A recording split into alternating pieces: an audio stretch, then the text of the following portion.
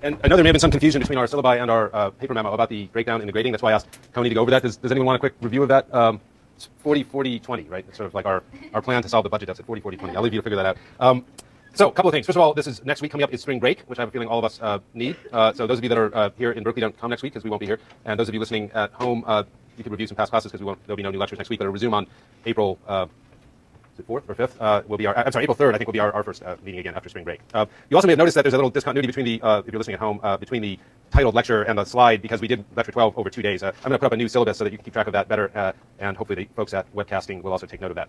All right, so what I want to do today is sort of wrap up our discussion of prison labor and prison discipline and rehabilitation. They're all kind of wrapped up together for much of the history of the prison. They sort of come apart in the 20th century. We're going to look at today.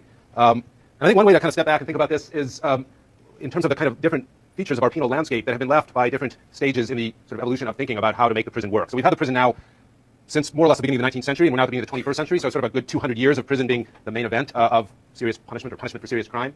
And the prisons that we live with now in places like California, but all over the country, and to some extent all over the world, and the various institutions that operate around the prison, like parole or the juvenile court or probation, exist really as a landscape that has been configured by multiple historical changes. Even in, say, California's prison system today, we can see elements of penitentiary-style prisons, like the oldest parts of San Quentin and Folsom, that were built in the 19th century, more or less along the Auburn model. We can see correctional institution buildings that we'll see were built in the 50s and early 60s at a time when California was at the forefront of the global effort to achieve a kind of scientific medical model of penal rehabilitation. And then in the buildings we built in the 80s and 90s, you can see very much the evidence of the penal warehouse model or mass incarceration as we'll begin to study it when we get back from spring break. So when you look at our current prison system, it's a little bit like looking at a city. What you're looking at is a landscape that's been shaped by not continuous development because it usually comes in waves. So this is my hometown of Chicago. It's one of the greatest urban conurbations and sort of built environments in the world, and one of the most beloved architectural examples of American modern urbanism. But even downtown Chicago represents multiple layers of development. Skyscrapers built in the 1920s, which you can still spot here, like the Board of Trade building near the beginning there. Lots of ugly buildings built in the 1960s, like those boxes along Grant Park, and then a whole series of postmodern buildings have been built in the 80s and 90s. And so just as an urban historian learns to recognize the different strands of architectural history, and if you want to get serious about that field, you study the different social and economic forces that shape those buildings, we're going to, in a sense, do that, where I'd like you to begin to sort of accumulate that kind of view of the penal landscape, because we're operating in a historical field that really can't escape its own past very easily, partly because it's built. So going back and thinking now about sort of the practice of penal discipline and penal reform. This idea is a very old one. As we've seen, although labor had many purposes in the prison, to punish, to control, to discipline, to reform. Reform was always a big part of that. And certainly from the very beginning of the penitentiary, as that name itself captured, penitence, a certain view of how penal treatment could create change in offenders. One of the shapers of one model of the penitentiary, the Philadelphia style of total isolation, the so-called separate system, which was at one time the leading model in the world and then was essentially dominated by or superseded by the New York Auburn model. Remember that the Philadelphia model was seen as too expensive and also maybe too dangerous because a lot of inmates became mentally ill as a result of solitary confinement. But that model very much was influenced by a psychological notion that criminality, like other diseases, was a result of essentially excited nerves created by a sort of challenging and changing social landscape. I mean, it's not an accident that Rush was theorizing in the midst of the revolutionary era when there's certainly a lot of reason to believe society might be getting more confusing and more deranging in some ways for people. So the solution is to isolate people. This was his model, as we talked about a couple of sessions ago, a general medical device for use on people with excited nerves that didn't require putting them in prison, just sort of imprisoning them in a chair for a few hours and putting their head in a kind of prison. But you can imagine that the penal monastery that the Philadelphia model embodies sort of takes this to an extreme, and you move the person who's a criminal offender into a state of complete isolation, perhaps typically only with the Bible as companionship or an occasional visit from a clergy person. So this is a model of rehabilitation that is very much associated with contemplation, isolation, sort of a mental, an individual mental event of transformative importance, perhaps influenced by religious tracts, but pretty much created by isolation, and therefore the whole apparatus of hooding and isolation that was part of the Philadelphia model and that Dickens found so ghostly in his visit to Philadelphia in 1842.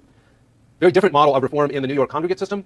Here, although there was isolation at night, nobody expected reform to come about through a kind of transformation of the soul, if you will, of the offender through the shock of isolation and being cut off from the various social activities that were exciting your nerves. Instead, the New York system was really very much embraced the idea of disciplinary training as a way to reform people. So it's a slightly different model. Here it's not so much a case of isolating people from sources of external corruption that are influencing their vulnerable nervous system. It's more taking resistant, irascible people who are essentially resisting the demands of orderly society and subjecting them to a mode of essentially detailed drilling and training that's aimed essentially not at giving them a particular skill so much as essentially a manner and custom of obedience, coordination.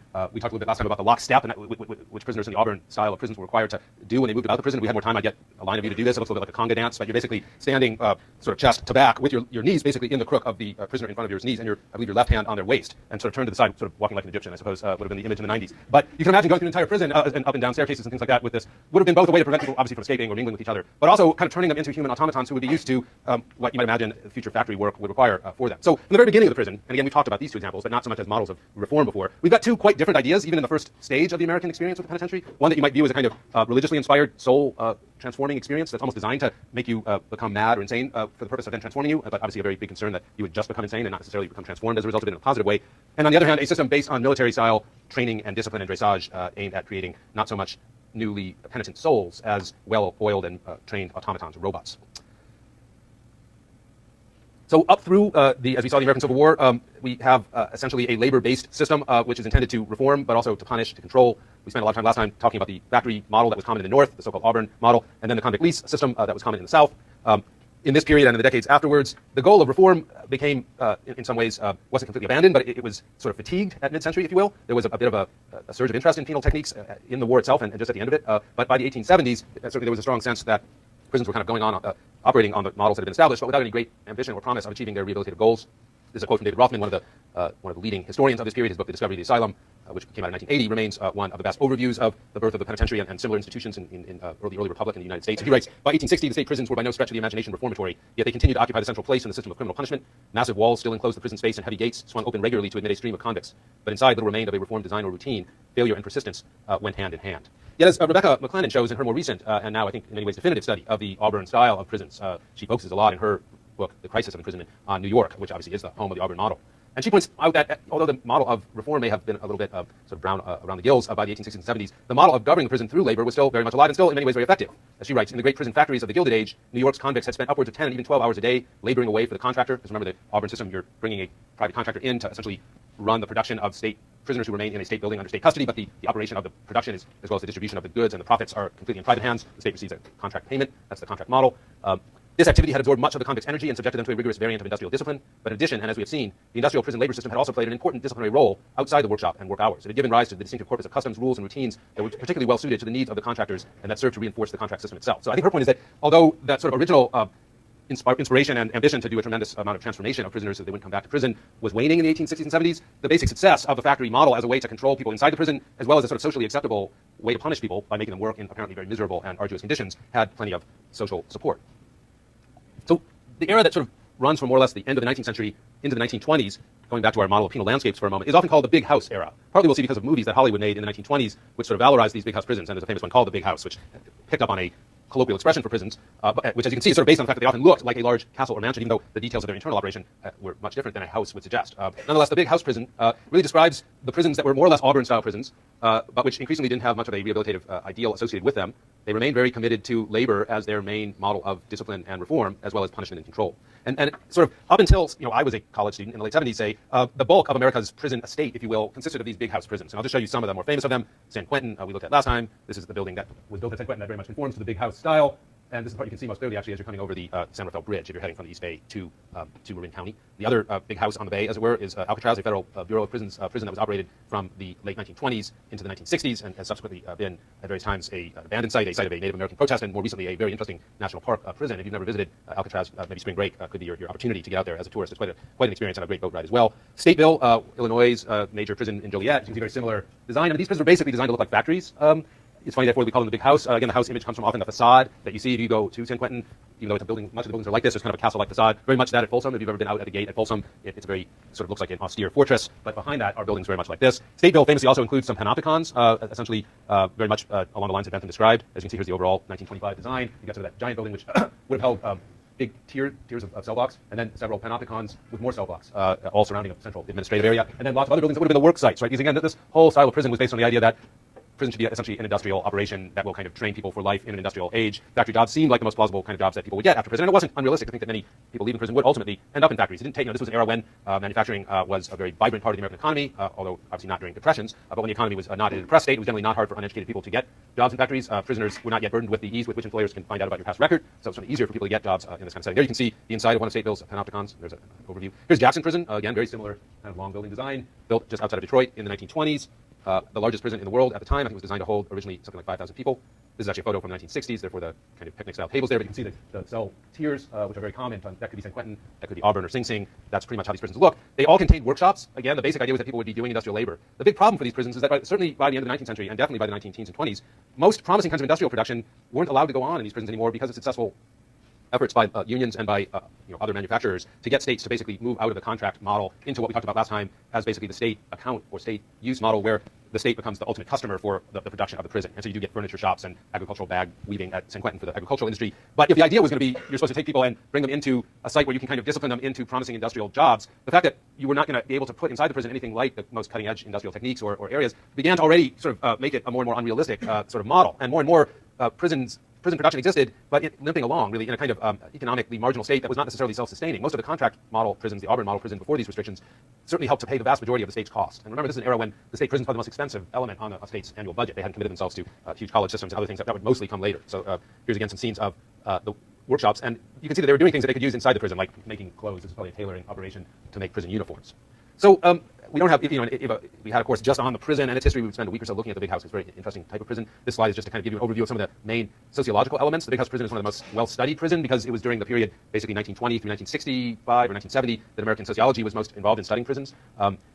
Big House prisons probably weren't the first to have an inmate culture, but they were the first to have sociologists poking around in them, discovering an inmate culture. But what it made clear is that even though the Auburn prison had imagined that the prisoner would basically have no personality or no social relations because they would be completely disciplined the whole time they were in the congregate mode, and then when they were in their cell at night, they wouldn't be able to communicate. Pennsylvania, of course, had taken care of that through total isolation. So both imagined in a way that there'd be no inmate culture, right? There would just be inmates and the prison's own disciplinary matrix. But what the sociologists discovered is that this system was a lot looser than it intended to be, perhaps because it couldn't maintain the zeal of its disciplinary operations without cutting-edge industrial operations or private contractors motivated by profit to drive that forward. And as a result, as you can imagine, inmates create their own culture. They find ways of marking prestige, form gangs. In those days, they wouldn't have been gangs so much as a kind of social system in which certain criminals were considered the best criminals. For much of the 20th century, the sort of a thief, especially somebody who didn't threaten violence against people, but like safe crackers and folks like that, were considered the kind of aristocrats, if you will, of the criminal world. And certainly, as is true today, some offenders, certainly sex offenders, were considered the scum of the prison world and might have to be protected against other inmates. And so there was a whole kind of pecking order in prison.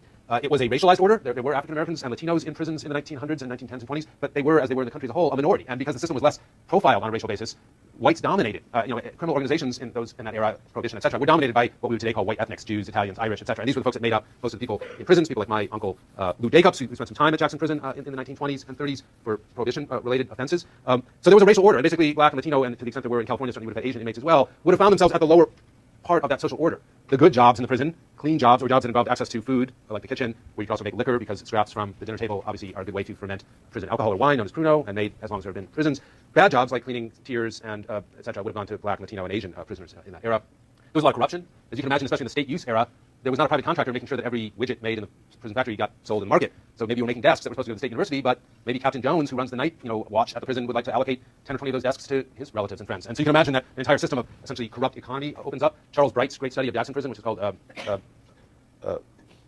having a senior moment on the title of Bright's book, but I will post it up. I think it is on somewhere on my reading list. But he describes even a 1941 event in which it is believed that some gang members of the Purple Gang, which was essentially a Jewish-dominated Prohibition alcohol importing gang, was paid to assassinate a Michigan politician, and that prisoners essentially came out of the prison to do the hit and then went back to the prison. So the prison actually was a kind of resource for political corruption and internal violence within the sort of underside of the political system and state.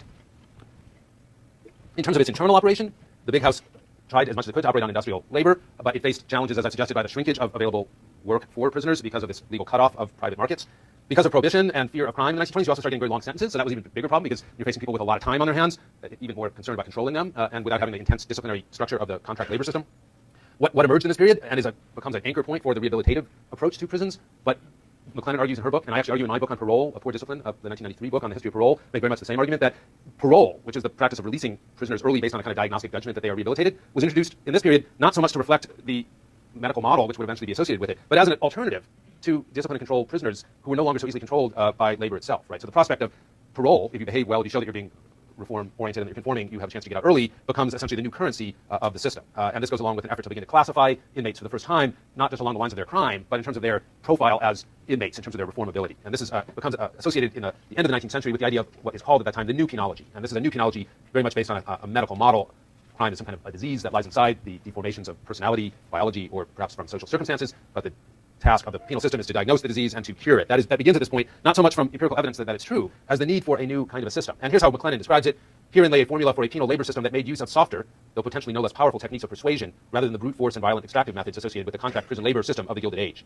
The commissioners sought to harness the convict's desire for freedom and to mobilize this as a means of discipline in the prison workshops, in particular, and throughout prison life more generally. The commissioners, who were state bureaucrats created by